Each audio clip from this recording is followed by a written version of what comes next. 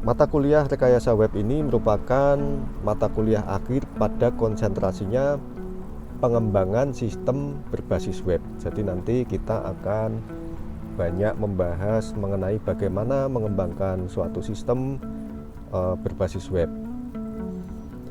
Nah, ini merupakan implementasi dari konsep dan teknik pemrograman web ya. Nanti kita aplikasikan dalam suatu proyek rekayasa sistem ya.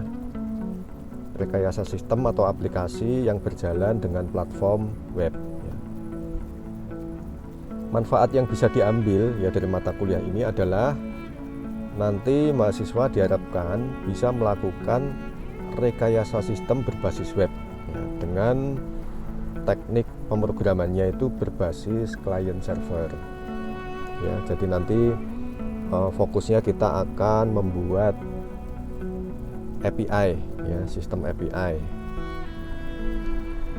Nanti API ini bisa digunakan untuk melakukan integrasi antar sistem atau bisa juga digunakan sebagai backend atau endpoint dari sebuah aplikasi ya. Nanti ada front end-nya, back end-nya bisa menggunakan endpoint atau RESTful web service istilahnya, yang nanti akan kita pelajari selama kita berkuliah.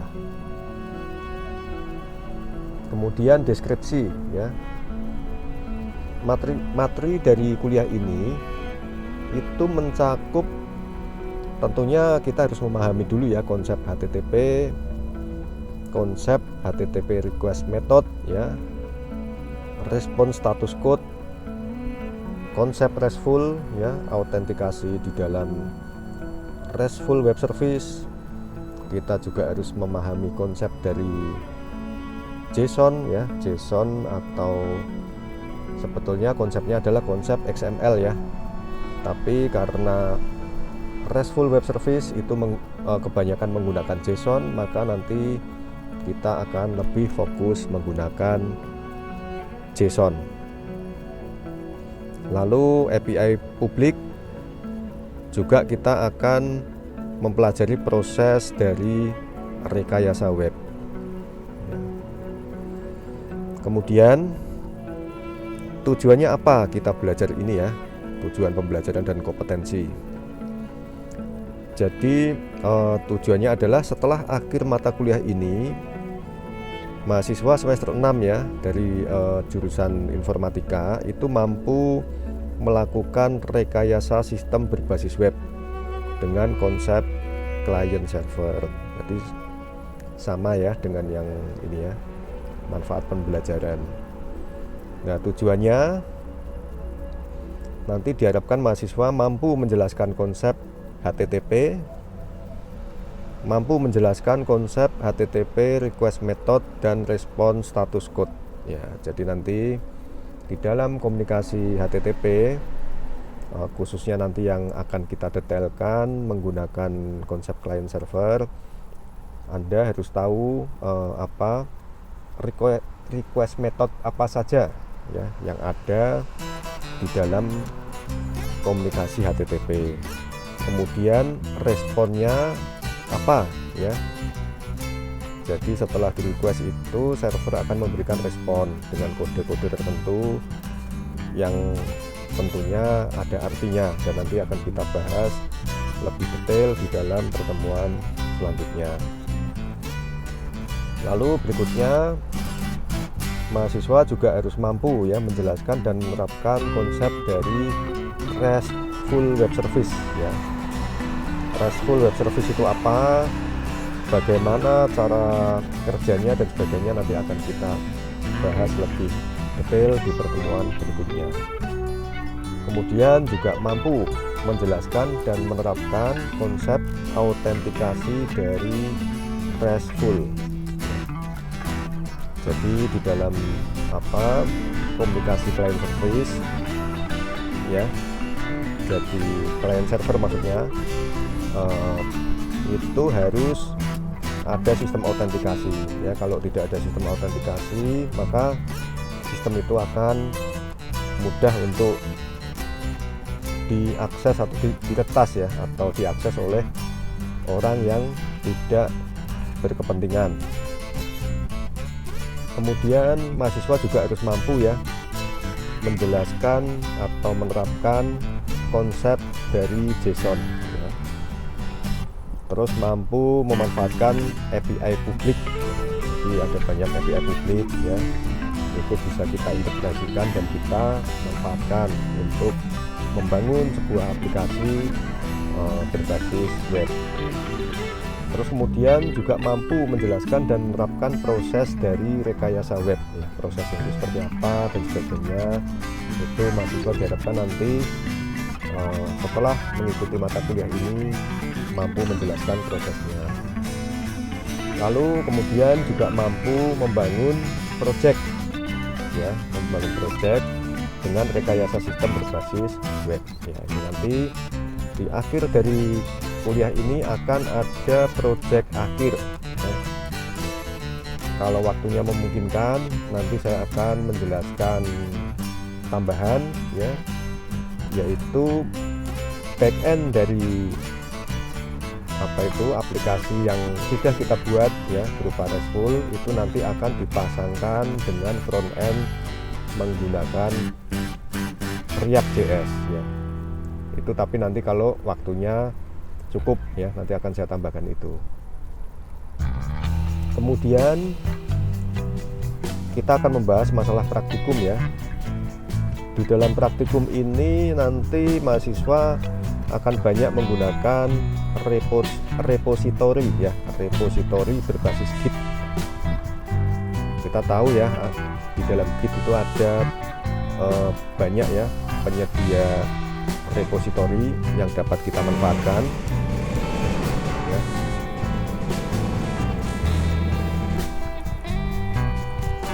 Ya, mohon maaf ya, tadi ada gangguan, ada pembalap liar ini di lingkungan saya ya.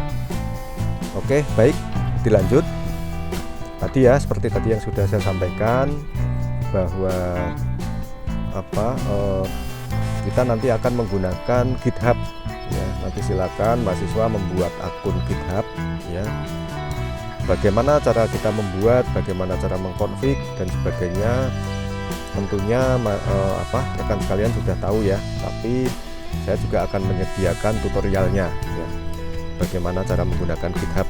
Barangkali rekan mahasiswa sekalian ada yang lupa.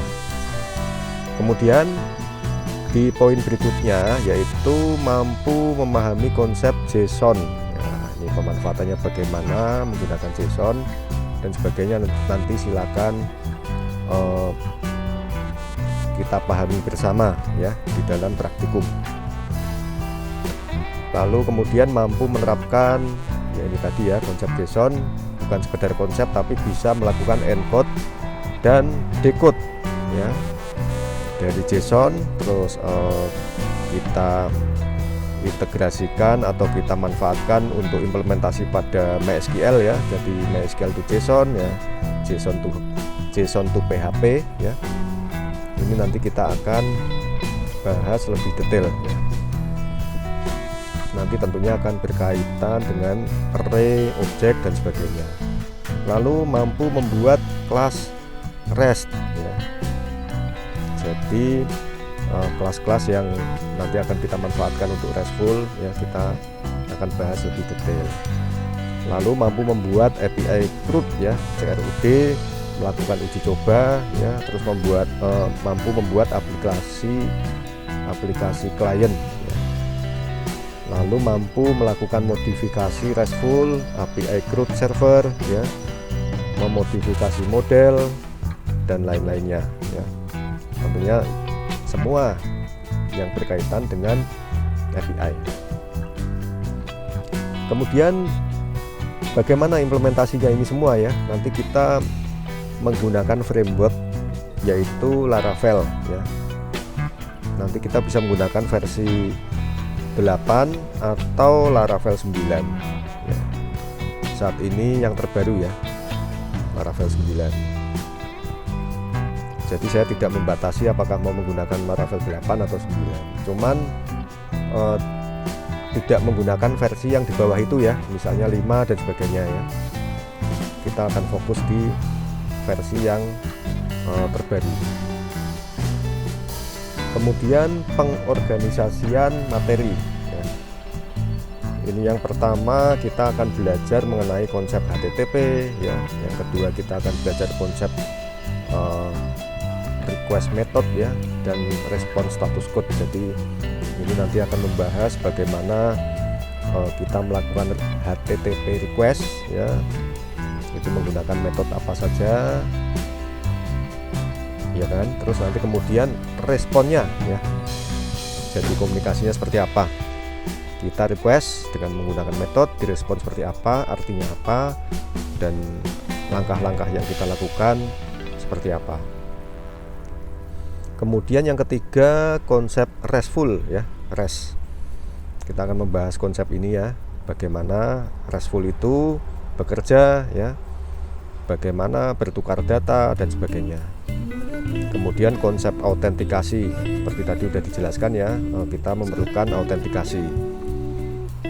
Apakah nanti kita menggunakan token basic ya, atau menggunakan token bilir ya, itu semuanya nanti akan kita bahas lebih detail berikut implementasinya. Terus yang kelima, JSON ya, tadi sudah dijelaskan bahwa kita nanti akan banyak bersinggungan ya, kita akan banyak berkreasi ya, ngotak-ngatik JSON ini, karena ini nanti digunakan untuk komunikasi ya, antara klien dengan server. Itu notasi dari objek, kita menggunakan JSON, data-datanya kita kirim dalam bentuk JSON. Lalu kita membahas masalah API publik ya. Nah, pemanfaatannya bagaimana kita bisa menggunakan API publik ya, atau API dari mesin lain. Jadi kita menyediakan server RESTful tapi bisa juga terintegrasi dengan server lain ya. Contohnya nanti kita menggunakan API publik. Lalu yang ketujuh, proses rekayasa web. Nah, ini nanti kita akan bahas lebih detail ya di poin ketujuh ini, proses rekayasa web.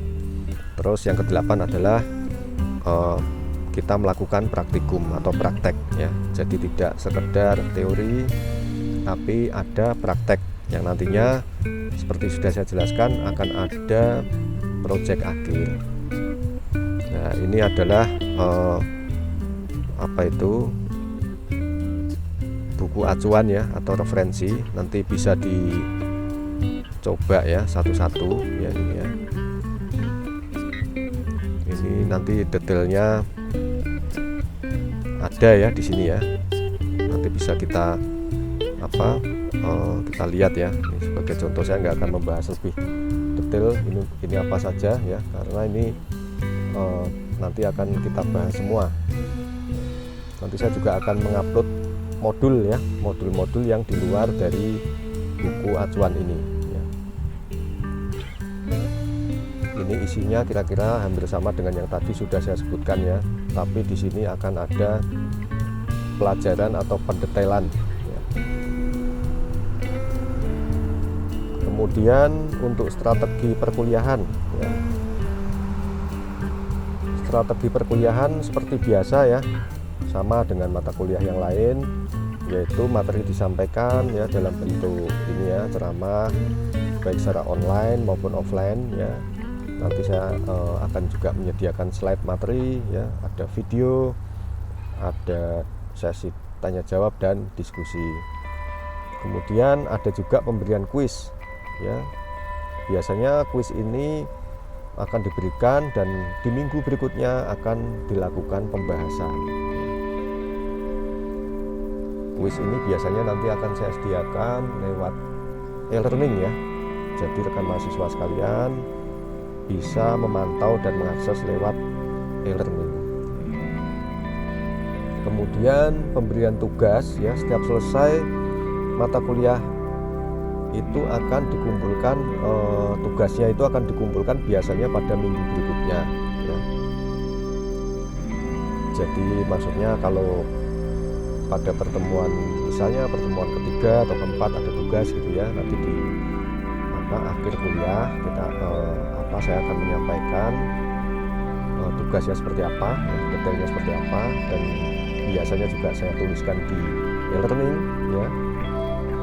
Nanti untuk waktu atau durasi dari tugas itu biasanya dikumpulkan pada minggu berikutnya. Tapi untuk tugas yang sifatnya besar atau membutuhkan waktu yang cukup lama, nanti akan saya infokan case by case ya, kasus per kasus atau per tugas ya, bisa 2 minggu, bisa lebih ya. Jadi nggak selalu 1 minggu, tapi biasanya 1 minggu.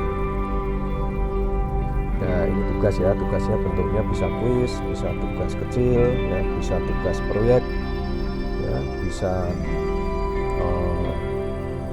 ini ya UTS ya di pertemuan ke-8 atau UAS. Bisa aja nanti UAS atau UTS-nya itu berupa tugas ya.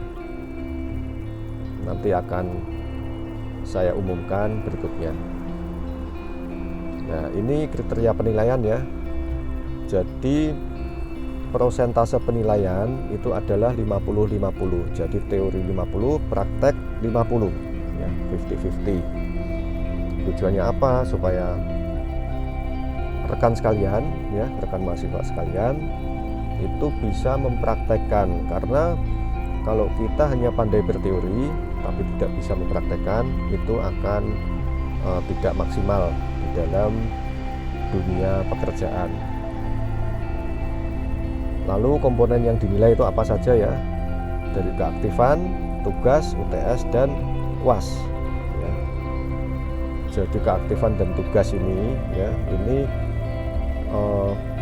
persentasenya cukup besar ya, yaitu 30% ya. Keaktifan 10, tugas 20. Sedangkan untuk UTS 35%, UAS 35%. Dengan skor penilaian ya 85 sampai 100 nilainya A ya, dengan nilai mutu 4. 70 sampai 84 nilainya B dengan mutu 3 ya. Lalu untuk nilai 50 sampai 69 itu mempunyai nilai C ya, dengan mutu 2. Kemudian 30 sampai 49 itu mempunyai nilai mutu D ya. Nilai mutunya 1 dengan nilai hurufnya D. Kemudian di bawah itu ya, di bawah 30 atau 0 sampai 29 itu mempunyai nilai mutu 0 atau nilai E ya. Saya berharap rekan mahasiswa sekalian dapat mendapatkan nilai yang tinggi ya. Kalau enggak A ya B lah meleset-melesetnya ya. Saya yakin kalian bisa mendapatkan A atau B ya, apabila kalian mengikuti proses perkuliahan ini semua dengan baik ya. Jadi jangan khawatir.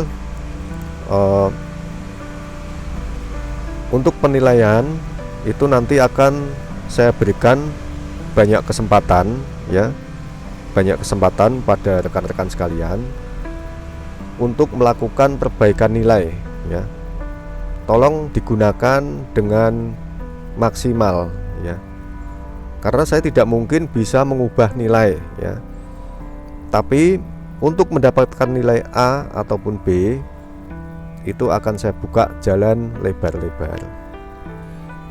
Baik, terima kasih atas perhatiannya. Demikian materi kontrak perkuliahan pada kali ini. Semoga kita semua bisa menyelesaikan mata kuliah ini dengan sebaik-baiknya. Saya tutup. Wassalamualaikum warahmatullahi wabarakatuh.